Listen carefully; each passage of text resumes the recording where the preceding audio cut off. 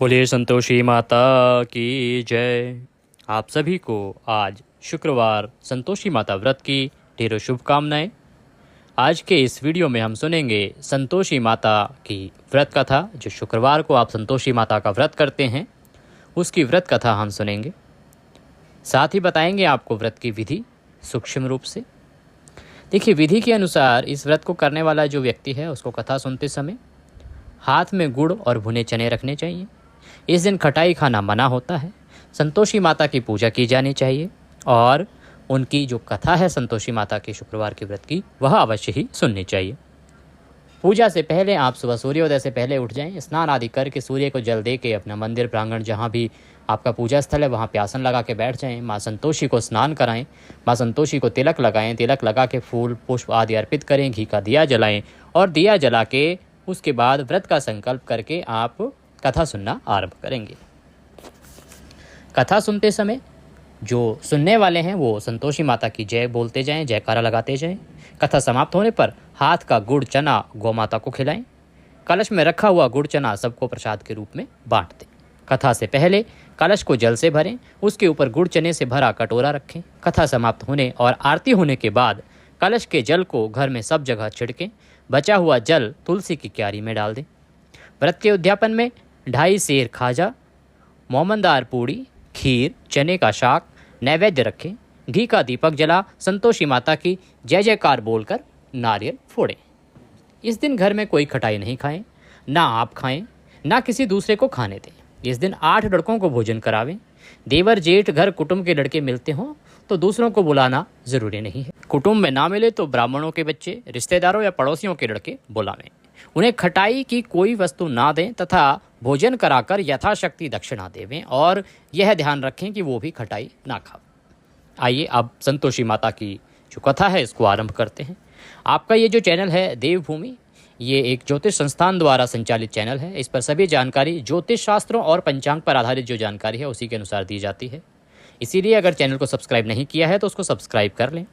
इसका लाभ आपको ये होगा कि जब भी कोई व्रत त्यौहार आदि आएगा उससे पहले ही हम वीडियो द्वारा जानकारी आपको दे देंगे, तो आप सही समय पर सही व्रत कर पाएंगे। और इसमें जो बेल आइकन घंटे का जो निशान होता है उसको ज़रूर प्रेस कर लें। उसको दबाने से क्या होगा कि जब हम यहाँ अपलोड करेंगे कोई वीडियो जानकारी तो वो आपको आपके मोबाइल स्क्रीन पर आ जाएगा और आप उस व्रत त्यौहार का जो वीडियो है आपको लगता है कि आपके काम का है तो देखिएगा, अन्यथा ना देखिएगा। तो चैनल को सब्सक्राइब कर लें। कमेंट बॉक्स में जय संतोषी माता लिखना ना भूलें।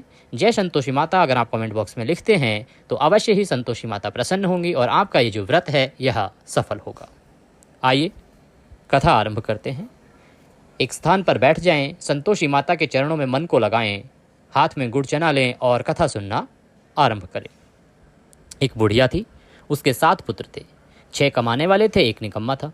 बुढ़िया माँ 6 पुत्रों को रसोई बनाती और भोजन कराती और पीछे से जो कुछ बचता वो 7वें पुत्र को दे देती थी। परंतु वह बड़ा भोला भाला था, मन में कुछ विचार न करता था। एक दिन अपनी बहू से बोला, देखो मेरी माता का मुझ पर कितना प्यार है। वह बोली, क्यों नहीं, सबका झूठा बचा हुआ तुमको खिलाती हैं। वह बोला, भला ऐसा भी कहीं हो सकता है? मैं जब तक आंखों से न देखूं मान नहीं सकता।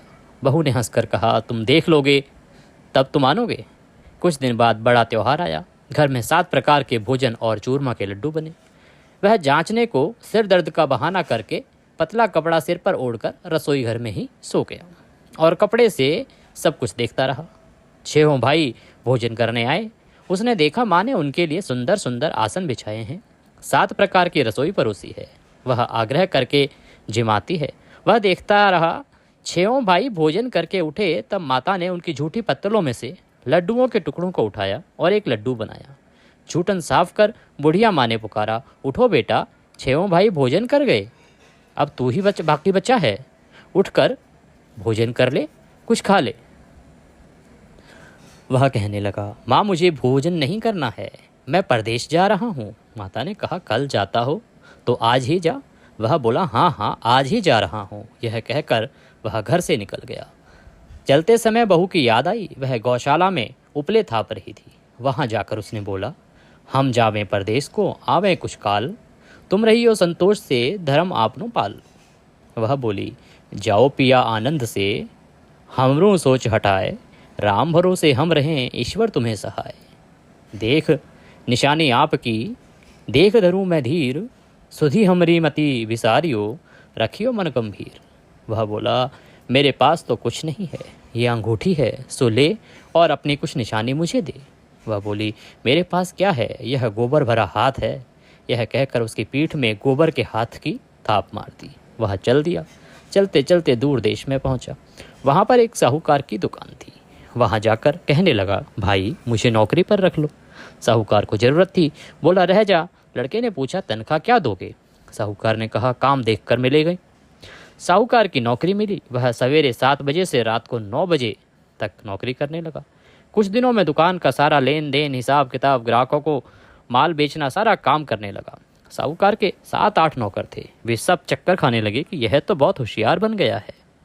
सेठ ने भी काम देखा और 3 महीने में उसे आधे मुनाफे का साझेदार बना लिया।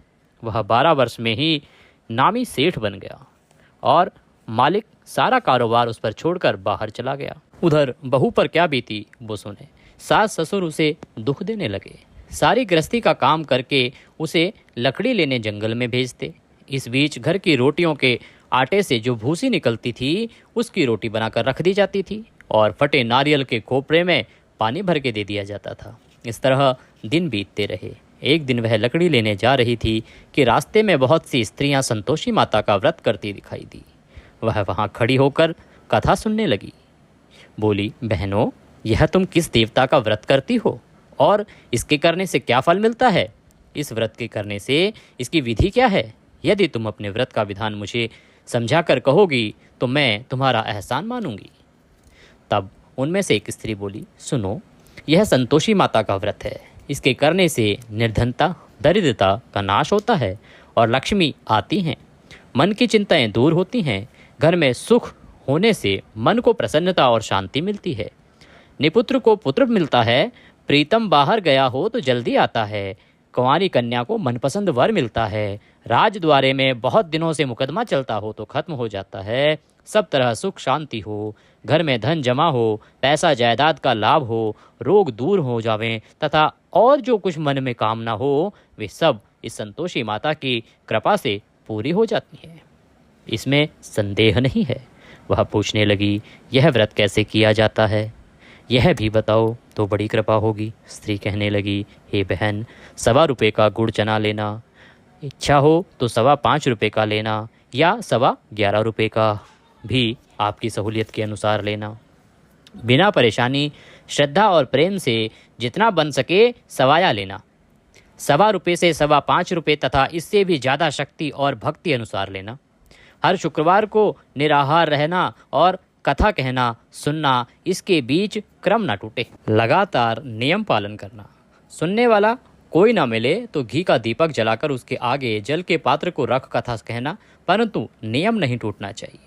जब तक कार्य सिद्ध न हो नियम पालन करना और कार्य सिद्ध हो जाने पर ही व्रत का उद्यापन करना। 3 मास में माता फल पूरा करती हैं। यदि किसी के खोटे ग्रह हों तो भी माता 1 वर्ष में अवश्य ही कार्य को सिद्ध कर देती हैं। कार्य सिद्ध होने पर ही उद्यापन करना चाहिए, बीच में नहीं करना चाहिए।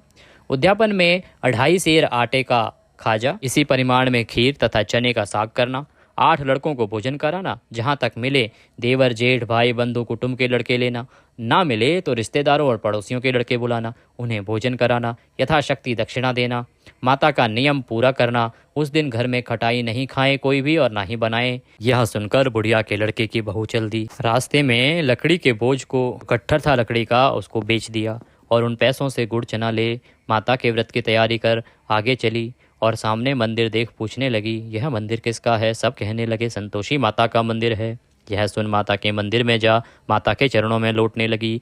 दीन होकर विनती करने लगी, माँ, मैं निपट मूर्ख हूँ, व्रत के नियम कुछ नहीं जानती, मैं बहुत दुखी हूँ। हे माता, हे जगजननी, मेरा दुख दूर कर, मैं तेरी शरण में हूँ। माता को दया आई। एक शुक्रवार बीता कि दूसरे शुक्रवार को ही इसके पति का पत्र आया और तीसरे को उसका भेजा हुआ पैसा भी आ पहुंचा। यह देख जेठानी मुंह से कोड़ने लगी, इतने दिनों में पैसा आया, इसमें क्या बढ़ाई है? लड़के ताने देने लगे। काकी के पास अब पत्र आने लगे, रुपया आने लगा।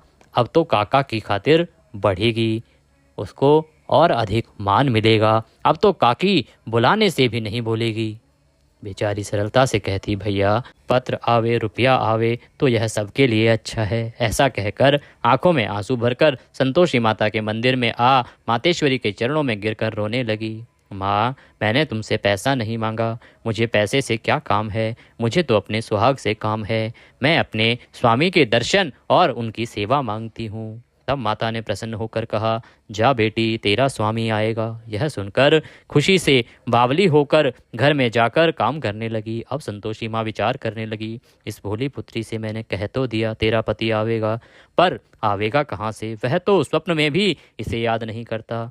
उसे याद दिलाने मुझे जाना पड़ेगा। इस तरह माता बुढ़िया के बेटे के पास जा स्वप्न में प्रकट होकर कहने लगी, साहूकार के बेटे, सोता है या जागता है? वह बोला, माता सोता भी नहीं हूँ, जागता भी नहीं हूँ, बीच में ही हूँ, कहो क्या आज्ञा है।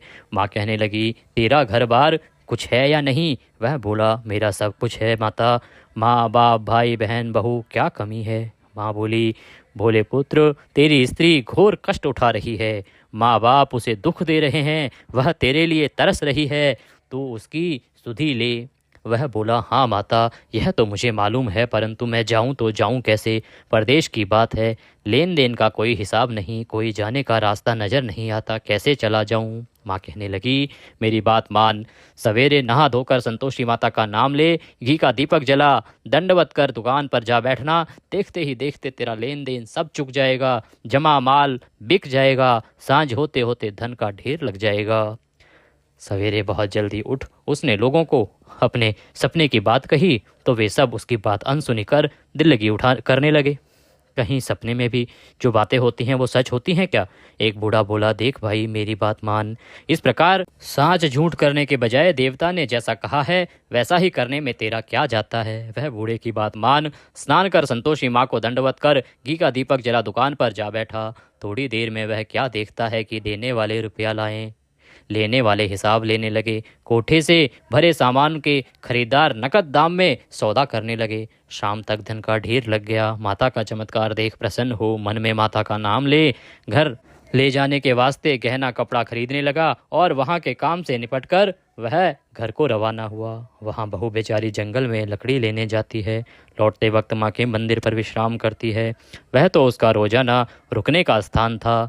दूर से धूल उड़ती देख वह माता से पूछती है, हे माता, यह धूल कैसी उड़ रही है? माँ कहती है, हे पुत्री, तेरा पति आ रहा है। अब तो ऐसा कर, लकड़ियों के 3 बोझ बना ले, एक नदी किनारे रख, दूसरा मेरे मंदिर पर और तीसरा तेरे सिर पर रख।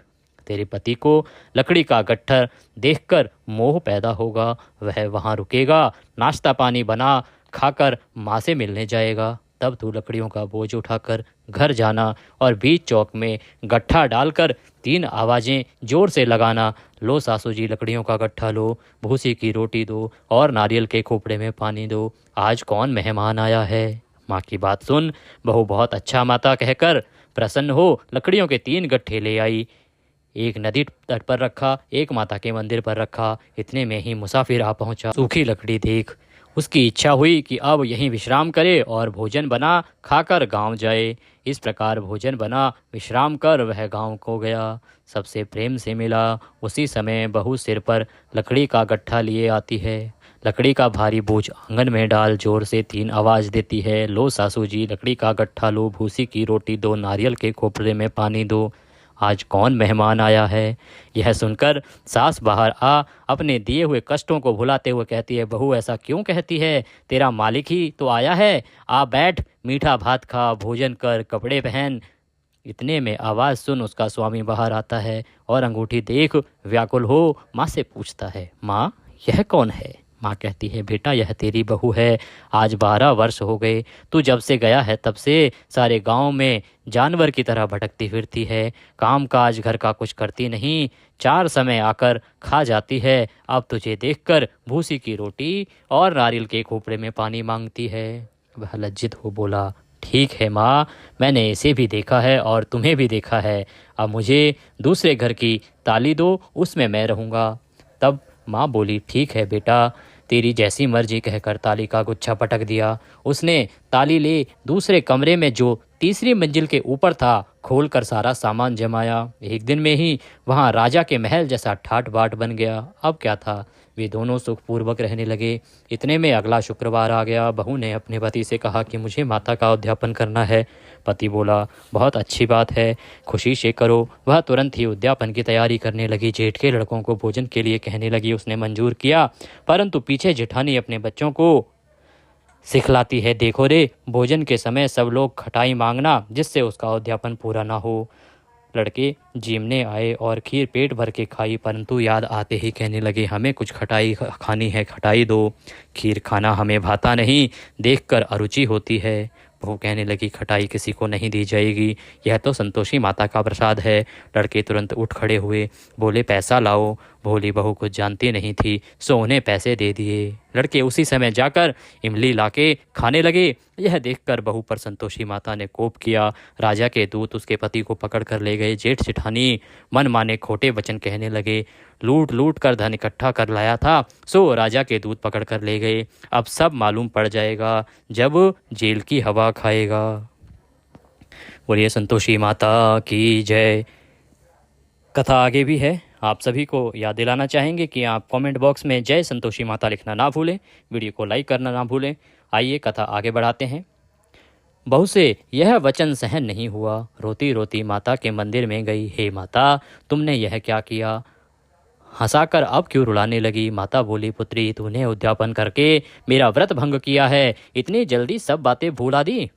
वह कहने लगी, माता, भूली तो नहीं हूँ, ना कुछ अपराध किया है, मुझे तो लड़कों ने भूल में डाल दिया है, मैंने भूल से उन्हें पैसे दे दिए, मुझे क्षमा कर दो। माँ बोली, ऐसे भी कहीं भूल होती है। वह बोली, माँ, मुझे माफ़ कर दो, मैं फिर तुम्हारा उद्यापन करूँगी। माँ बोली, अब भूल मत जाना। वह बोली, अब ना होगी। माँ, अब बतलाओ वह कैसे आएंगे? माँ बोली, जा पुत्री, तेरा पति तुझे रास्ते में आता मिलेगा। वह घर को चली। राह में पति आता मिला। उसने पूछा, तुम कहाँ गए थे? तब वह कहने लगा, इतना धन कमाया है, उसका टैक्स राजा ने मांगा था, वह भरने गया था। वह प्रसन्न होकर बोली, भला हुआ, अब घर चलो। कुछ दिन बाद फिर शुक्रवार आया। वह बोली, मुझे माता का उद्यापन करना है। पति ने कहा, करो। वह फिर जेठ के लड़कों से भोजन करने के लिए कहने गई। जेठानी ने तो एक दो बातें सुनाई और लड़कों को सिखा दिया कि तुम पहले से जैसे तुमने खटाई मांगी थी वैसे ही खटाई मांगना। लड़के कहने लगे, हमें खीर खाना नहीं भाता, जी बिगड़ता है, कुछ खटाई खाने को देना। वह बोली, खटाई खाने को नहीं मिलेगी, आना हो तो आओ। वह ब्राह्मण के लड़के लाके भोजन कराने लगी। यथाशक्ति दक्षिणा की जगह एक एक फल उन्हें दिया। इससे संतोषी माता प्रसन्न हुई और माता की कृपा से उसे 9वें मास में चंद्रमा के समान सुंदर पुत्र प्राप्त हुआ। पुत्र को लेकर प्रतिदिन माता जी के मंदिर में जाने लगी। माँ ने सोचा कि यह रोज आती है, आज क्यों ना मैं इसके घर चलूं, इसका आसरा देखूं तो सही। यह विचार कर माता ने भयानक रूप बनाया। गुड़ और चने से सना हुआ, ऊपर सूंड के समान होंठ, उस पर मक्खियां भिन भिना रही थी। दहलीज में पांव रखते ही उसकी सास चिल्लाई, देखो रे, कोई चुड़ैल डाकिन चली आ रही है, लड़कों इसे भगाओ, नहीं तो किसी को खा जाएगी।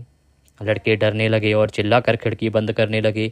छोटी बहू रोशनदान में देख रही थी। प्रसन्नता से पगली होकर चिल्लाने लगी, आज मेरी माताजी मेरे घर आई हैं। यह कहकर बच्चे को दूध पिलाने से हटाती है। इतने में सास का क्रोध फूट पड़ा। बोली, रांड इसे देखकर कैसी उतावली हुई है, जो बच्चे को पटक दिया। इतने में माँ के प्रताप से जहाँ देखो वहीं लड़के ही लड़के नजर आने लगे। वह बोली, माँ जी, मैं जिनका व्रत करती हूँ यह वही संतोषी माता हैं। इतना कहा, झट से सारे घर के किवाड़ खोल देती है। सबने माता के चरण पकड़ लिए और विनती कर कहने लगे, हे माता, हम मूर्ख हैं, हम अज्ञानी हैं, पापी हैं, तुम्हारे व्रत की विधि हम नहीं जानते, तुम्हारा व्रत भंग कर हमने बहुत बड़ा अपराध किया है, हे माता हमारा अपराध क्षमा करो। इस प्रकार माता प्रसन्न हुई। माता ने बहू को जैसा फल दिया वैसा सबको दे। जो पढ़े उसका मनोरथ पूर्ण हो, जो सुने उसका मनोरथ पूर्ण हो, जो जयकारा लगावे उसका भी मनोरथ पूर्ण हो। बोलो संतोषी माता की जय। इसी के साथ संतोषी माता की यह कथा